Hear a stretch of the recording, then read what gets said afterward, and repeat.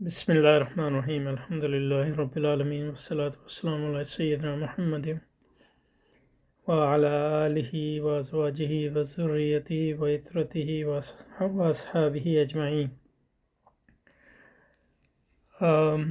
سید نذیر نیازی صاحب کے مقدمے کا مطالعہ جاری رکھتے ہیں۔ پچھلی بار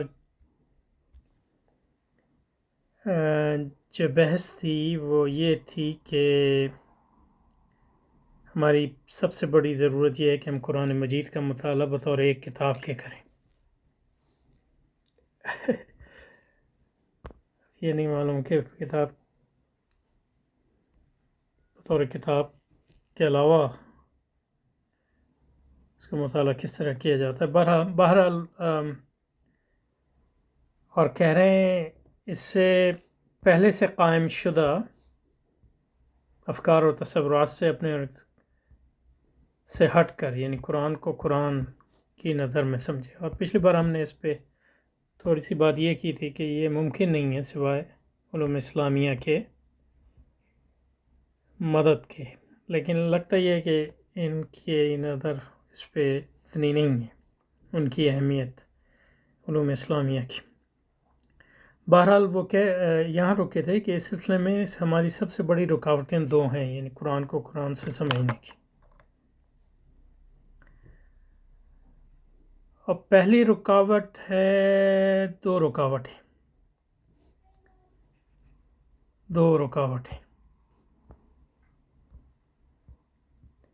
ایک فتنہ استشراق یعنی اورینٹلزم، اور دوسرا زوال علم۔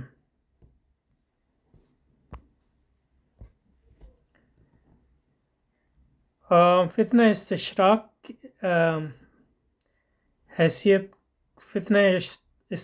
کی حیثیت کو اس ذہنی یلغار کے پیشرو دستی کی ہے جس نے یورپ کا حقیقی مقصد یہ ہے کہ عالم اسلام کے دل و دماغ کو اس طرح مجروح اور مزمحل کر دے کہ وہ اپنے ماضی سے بیزار اور مستقبل سے مایوس ہو جائے۔ حالانکہ اس کا خطاب دراصل اپنے ہی نفس سے ہے، تاکہ فکر یونان اور تہذیب حاضر کے آزادانہ نشو و نما کے مفروضے پر مغرب کی الگ تھلگ اور ایک طرح سے منتخب انسانیت کا جو افسانہ انہوں نے وضع کیا ہے اس کے متعلق ان کا ذہن آسودہ رہے، یعنی ان کا اپنا ذہن۔ تو یہ پہلا ہے قرآن مجید۔ تو جب اگر آپ اپنے ماضی سے بیزار اور مستقبل سے مایوس ہو جائیں تو ظاہر ہے پھر مطلب یہ ہے کہ قرآن مجید کی فکر کے مطابق جو ہے اپنے حال کی تعمیر نو جو ہے وہ ناممکن ہے، اس میں تو کوئی شک نہیں ہے۔ لیکن اس میں جو محل نظر ہے وہ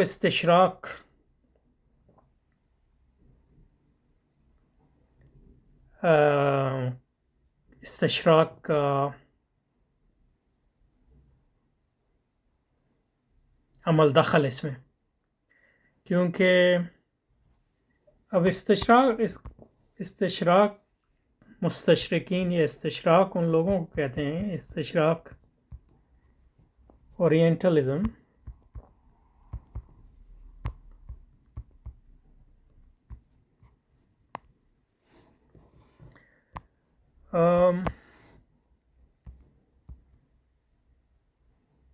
جو اسلامی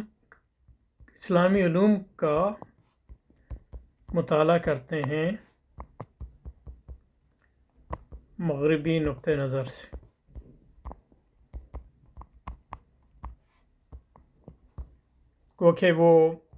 گویا کہ وہ اسلام کے اندر بھی وہ تحریک ابھارنے کی کوشش کرنے کی انہوں نے کوشش کی جو یورپ میں عیسائیت کے اندر ہوئی تھی۔ لیکن فرق یہ ہے کہ یورپ میں جو عیسائیت کے اندر جو تحریک بغاوت نمودار ہوئی وہ ان کے اپنے اندر سے، ان کے عیسائی لوگوں نے مطلب ان کا ایمان ہی اٹھ گیا عیسائیت سے، جو بھی اس کی وجوہات رہیں، لیکن اسلام میں وہ کیونکہ ایسا نہیں ہوا تو وہ باہر سے انہوں نے کوشش کی، لیکن حقیقت یہ کہ استشراق ایک بالکل ناکام تحریک ہے۔ اس کی بنیادی وجہ یہ ہے کہ علماء اسلام، اس میں آپ کو ان کی عظمت کی داد دینی پڑے گی کہ علماء اسلام نے علوم اسلامیہ کا تحفظ کیا۔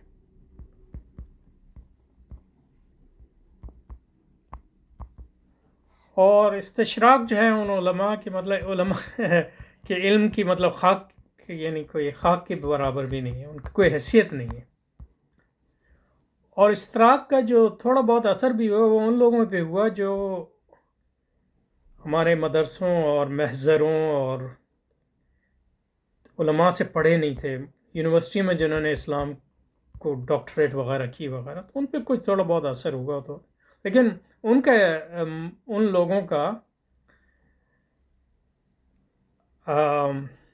اسلام کو کی ایک نئی تعبیر کرنے کا جو تحریک لوگوں نے چلانے کی کوشش کی، جیسے مثلاً یہ ہے کہ فضل الرحمن ہو گئے یا سر سید احمد خان ہو گئے، یا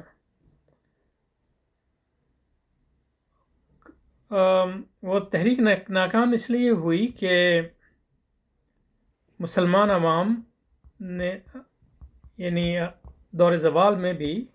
جہاں تک اسلام کا تعلق ہے وہ علماء ہی کی طرف دیکھتے ہیں، اور اسلام کی تعبیر میں انہوں نے یعنی سر سید احمد خان کے کہنے پہ یونیورسٹیاں وغیرہ بنا دی ہوں، اور مطلب یہ کہ مغربی علوم سیکھے ہوں اور پینٹ شرٹ بھی پہن لی ہو، لیکن یہ کہ سر سید احمد خان کی جو تعبیر نو ہے اسلام کی وہ بالکل ناکام ہو گئی۔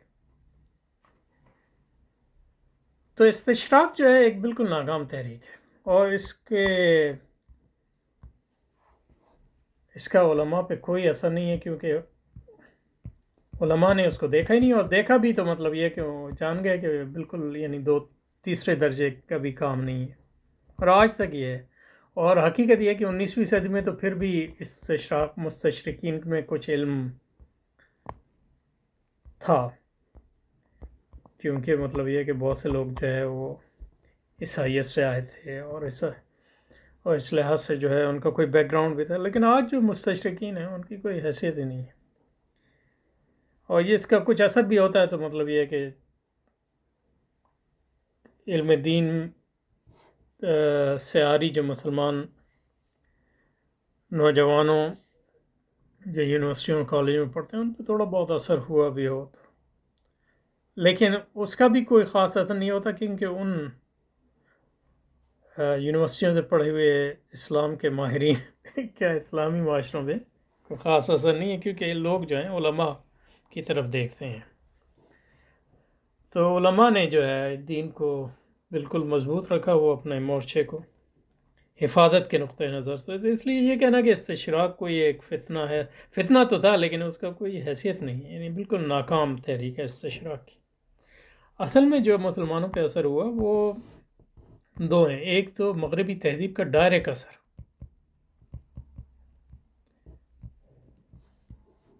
اس کے نتیجے میں ہمارے معاشرہ، تعلیمی نظام جو دنیاوی نظام ہے، یونیورسٹیوں کا نظام ہے، وہ سارا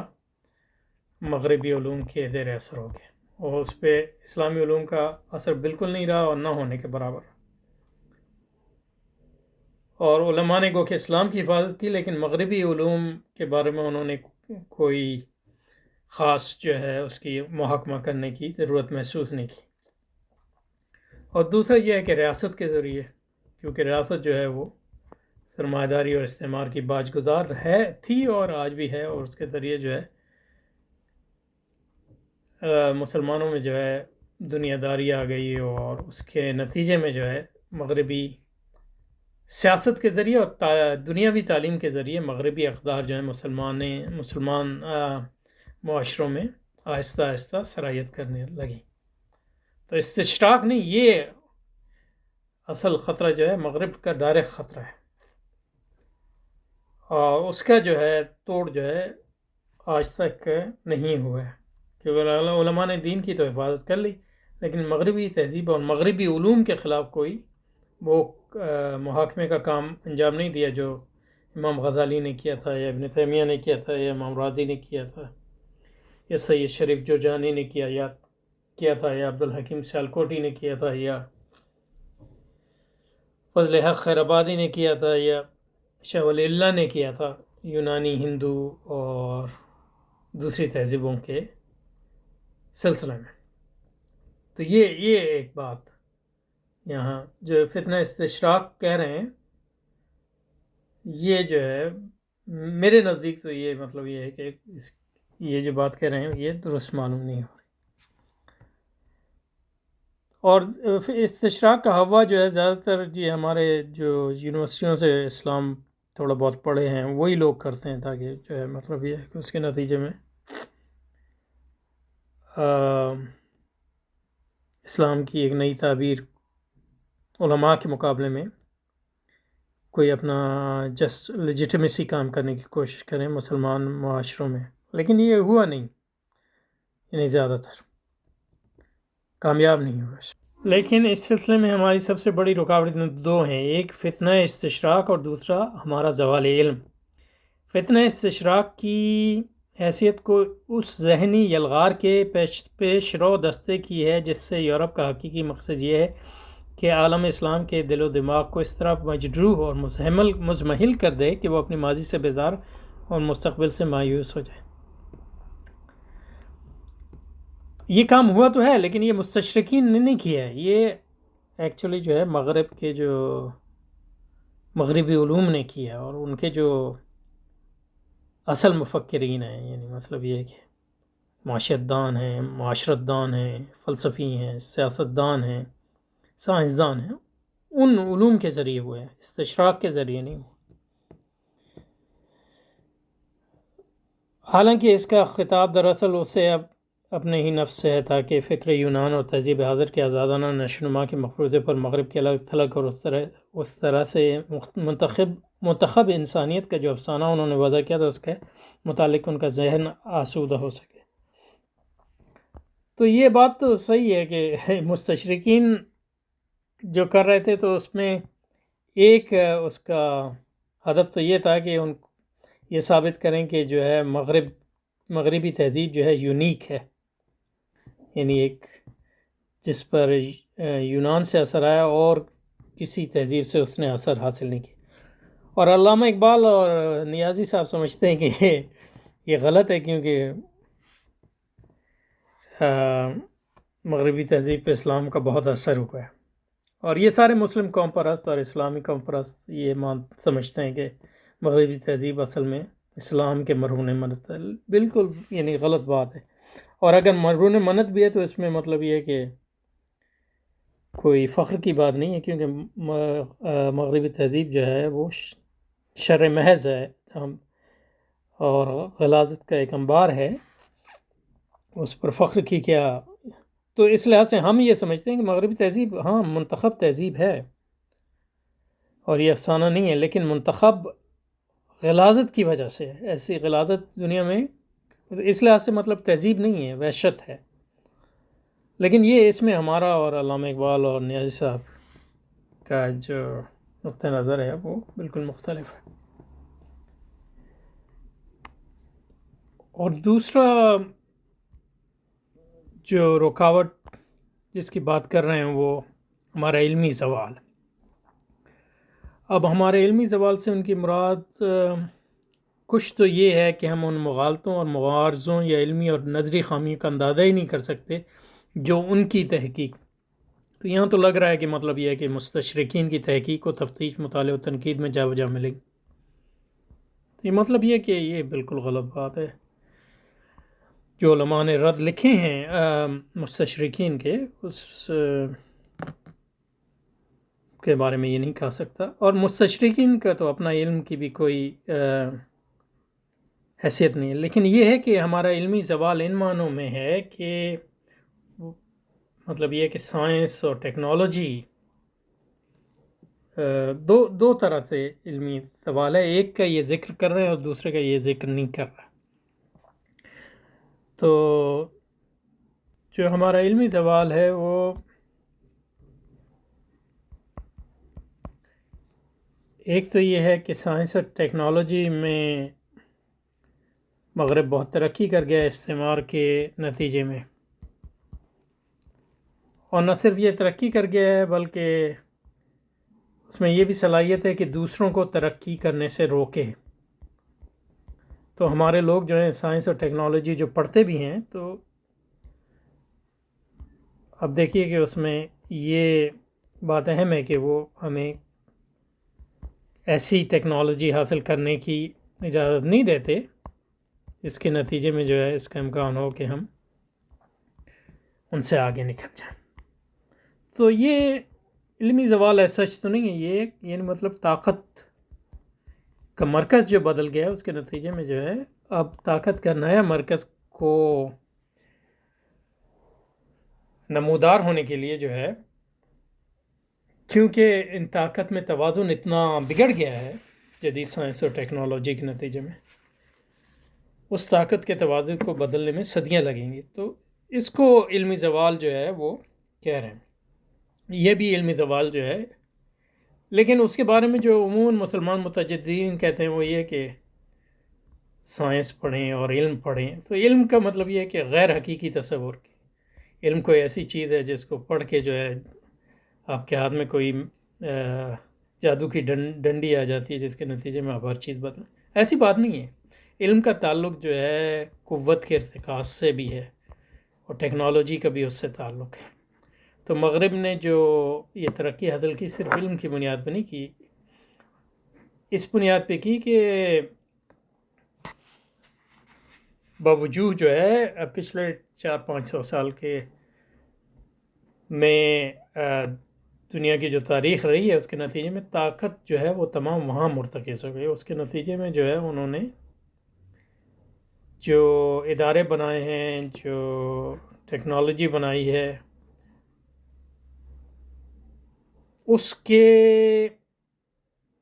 اس میں جو کچھ ہوتا ہے وہ ان کی مرضی سے ہوتا ہے. تو اس طاقت کے ارتکاز کو بدلے بغیر صرف علم کی بنیاد پہ جو ہے آپ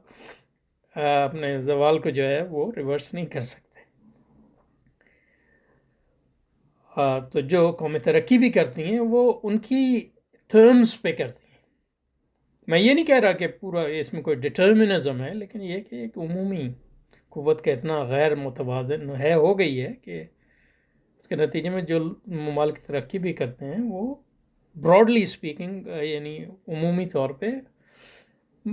مغربی استعمار کی جو شرائط ہیں ان کے اندر رہتے کرتے ہیں. اور اس وقت تک یہ ممکن نہیں ہے کہ اس کو جو ہے چیلنج کیا جا سکے. اس کو چیلنج کرنے کا جو طریقہ ہے وہ صرف علم نہیں ہے. علم تو مطلب یہ ہے کہ مسلمانوں کے یعنی ہر علم ہے مسلمانوں کے آج بھی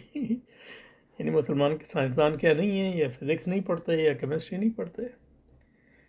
مسئلہ یہ صرف علم کا نہیں ہے، مسئلہ جو ہے قوت کے ارتکاز کا اور مادی وسائل کا ہے، جو اس کے علم کے ساتھ مل کر جو ہے ٹیکنالوجی کی شکل اختیار کرتے ہیں.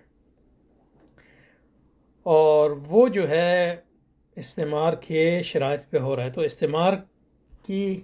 تو catch-22 استعمار کی جو قوت کے ارتکاز کے بغیر جو ہے ہم اس غلبے کو جو ہے بدل نہیں سکتے، اور قوت کے ارتکاز میں اتنا غیر توازن ہے کہ اس کے نتیجے میں جو ہے ہمارا علمی زوال اور ٹیکنالوجی کا زوال بھی دور نہیں ہو سکتا. تو اس کے لیے جو ہے ایک لمبی جو حکمت عملی کی ضرورت ہے، جو افسوسناک بات یہ ہے کہ وہ نہیں ہوئی، کیونکہ مسلمانوں نے سمجھا کہ مطلب یہ کہ ہم اپنے ملک بنائیں گے اور وہاں ٹیکنالوجی تو اس کے لیے جو استعمار کی بنیادی باج گزاری قبول کر لی. لیکن یہ نہیں سوچا کہ مطلب یہ کہ اپنے ملک بنا بھی لیے تو ان کے اندر بھی استعمار جو ہے اپنی مرضی چلائے گا. اب بہرحال اور دوسرا اور بہت بڑی جو علمی زوال ہمارا ہوا وہ یہ ہوا کہ گو کے علماء نے جو ہے دین کی حفاظت کی،